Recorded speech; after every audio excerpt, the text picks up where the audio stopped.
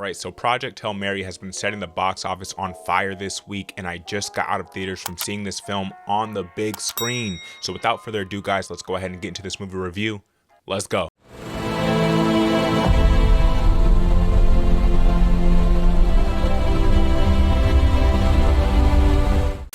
Project Hail Mary is an action sci-fi film directed by Chris Miller and Phil Lord that stars Ryan Gosling as Dr. Ryland Grace, and in this film we see science teacher Ryland Grace wakes up on a spaceship light years from home with no recollection of who he is or how he got there. As his memory returns, he begins to uncover his mission: solve the riddle of the mysterious substance causing the sun to die out. He must call on his scientific knowledge and unorthodox ideas to save everything on Earth from extinction, but an unexpected friendship means he may not have to do it alone. So as an idea for a sci-fi film, as an original project, this is absolutely fascinating. Going into this film, I had no idea what to expect. I didn't watch any trailers, I didn't do any research. I just seen, hey, it's a big movie that's out, it's starring Ryan Gosling. I'm a big fan of Ryan Gosling. Blade Runner 2049, that's my movie right there. So let me go ahead and check this out and see what he has for us. And I gotta say, I was thoroughly impressed with what I witnessed on the big screen in this film. And with that being said, let's go ahead and get to my positives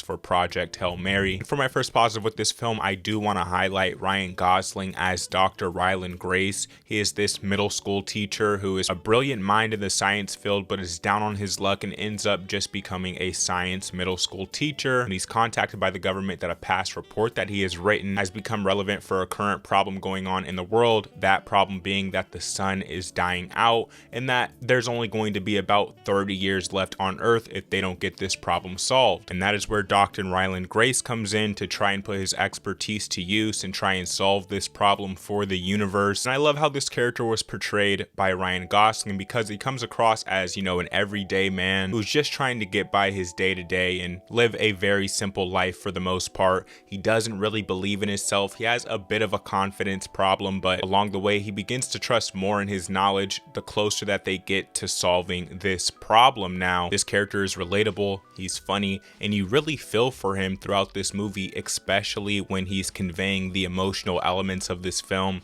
And to be honest, there's a lot of that throughout this film. I didn't really expect that to be present here, but it definitely was. We'll touch a little bit more on that later in the video, but for now, let's move on to my next positive for this film, and that is the plot, because I love what they did with the plot here. It's very scientific. Of course, this is a sci-fi film, so it's going to be very scientific. It could be a little hard to follow for a certain type of person, but for the most part, I felt like it managed to be somewhat straightforward in its complexity and in conveying this idea to the audience and the dire situation that the world is currently in. That being that this alien microorganism as tiny as a cell has been consuming all of the stars in Earth's atmosphere, and of course, the sun happens to be the biggest star in our galaxy, and one that Earth in particular relies on quite heavily. So getting to watch this scientific experiments take place, this ingenuity in the field, and really just wondering, will our main character be able to solve this problem, was quite fascinating, especially once you get to the later part of this film where, like it says in the synopsis, he ends up forming a very unusual friendship in order to solve this problem, which we can't go in too much because it is heavy spoiler territory,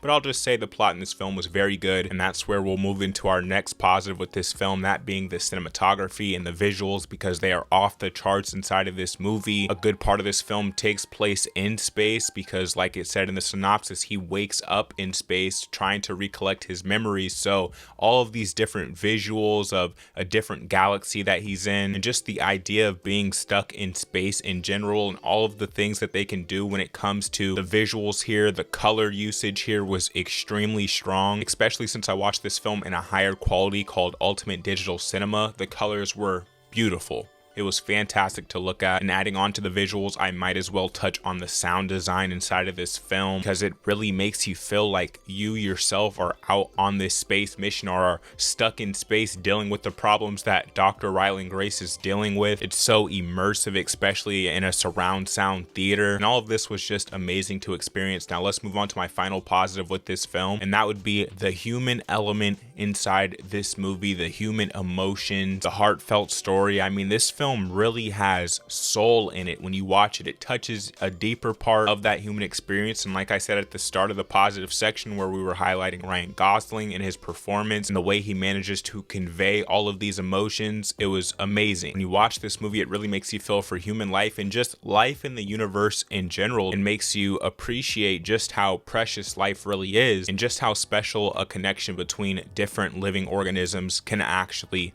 be. Now, with that being said, no movie is perfect, so let's go ahead and move into my negative section for Project Hail Mary. Now, my one negative after watching this film would be the pacing, because for the most part, I think they did a brilliant job with the pacing. It's pretty sharp through and through. But when you get to the end of the second act, when you're getting through that third act, this movie really starts to drag and you really start to feel that 2 hours and 36 minutes runtime.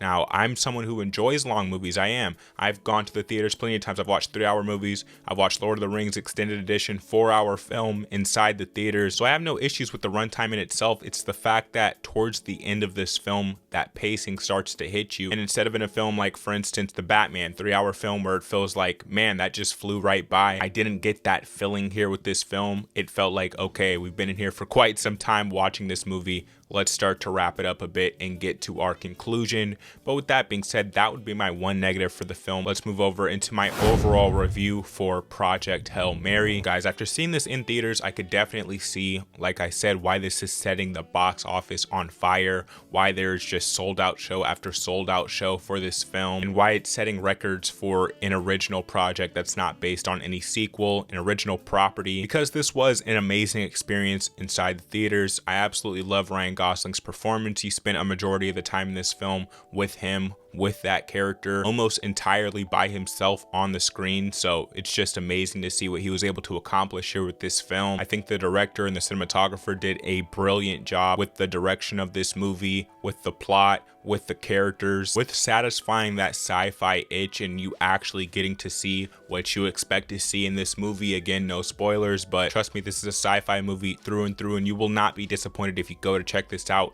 in theaters. The sound design and the visuals are off the charts. The spirit and the soul that is within inside this movie was amazing to see on the big screen. And outside of this movie dragging a bit towards the end, I really had no problems with this film. So with that being said, let's go ahead and drop my official rating for Project Hail Mary. If I had to rate this film, I would give it a 9.5 out of 10. It gets the 9.5 out of 10. Damn near perfect. This was an excellent time at the movie theater and a film that I would recommend everyone sees at least one time in their lifetime. So those are my thoughts on this film. I'd love to know your thoughts on Project Hail Mary down in the comment section down below. And before I fully sign out of this video, I do want to touch on spoilers just a bit because there's so much that I couldn't really talk about in the non-spoiler section. So let's go ahead and move into my spoilers for Project Hail Mary. And the very first thing I want to talk about is, of course, Rocky, because he really makes this movie, man. When I talked about, you know, that sci-fi itch getting satisfied with this film, it's really because of this character. I was hoping and praying that when we seen this film, we actually got to see an alien and interact with one. His design couldn't have been more heartfelt. This little rock creature scientist working with Dr. Ryland Grace and trying to solve this issue because they're each having the same issue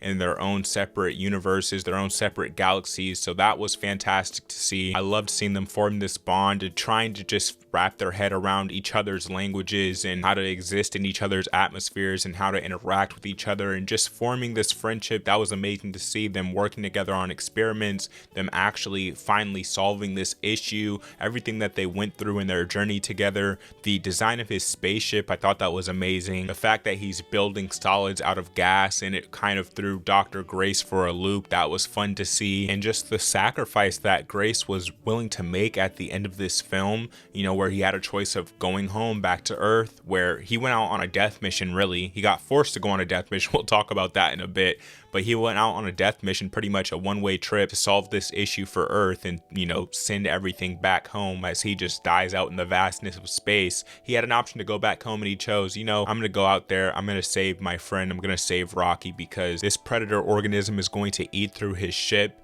and he goes out, he saves Rocky, and he ends up spending, you know, a good amount of time for at least the end of this movie on planet Iridian. Which, by the way, I thought that was a fantastic name for this alien race. The Iridians, or Planet Arid is really what it was called. And Dr. Gracious resorting to where he started at the beginning of this film, becoming a science teacher once again, but on planet Arid. That was very heartfelt, very fun to see. Now let's go ahead and talk about him getting forcefully sent out there. I loved the way this film blent the past and the present, and he's just slowly recollecting his memories as he's going through his journey here. And we end up finding out pretty much towards the end of this film, into the third act for the most part, that he was forcefully sent, pretty much betrayed by, you know, this science group and this government that he was working for. And they're like, hey, we have no one else to go on this mission.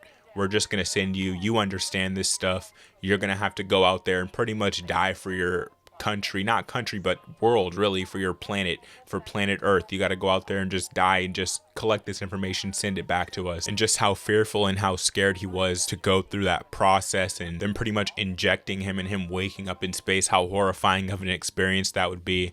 That was amazing to see. I thought that was a nice plot twist from the filmmakers here. And I like that it ends, you know, on a happy note, on a good note, with the fact that, hey, we could still solve this issue. We could still get you back to planet Earth in the end. So everything might be all right in the end for Dr. Ryland Grace. He might make it back home to Earth after all. I appreciated and I like that ending a lot. Now, let's talk about the collection of the predator organism that they needed. I thought that was amazing. That whole scene where they go to this planet and they're pretty much trying to do space fishing with this long chain, and just how much they were really risking their lives in this scene to accomplish their mission. That was very fun. That was another part of the amazing visuals where they really got to show off here. The cinematographers, the directors, they really got to show what they had in store for us with the sci-fi movie, with that scene in particular. That may have been my favorite scene in the entire film. And yeah, as far as spoilers, that's pretty much what I wanted to discuss and talk about, what we didn't get to talk about in the beginning of this video. But with that being said, guys, like I said, those are my thoughts on this video. Let me know your thoughts down in the comment section down below.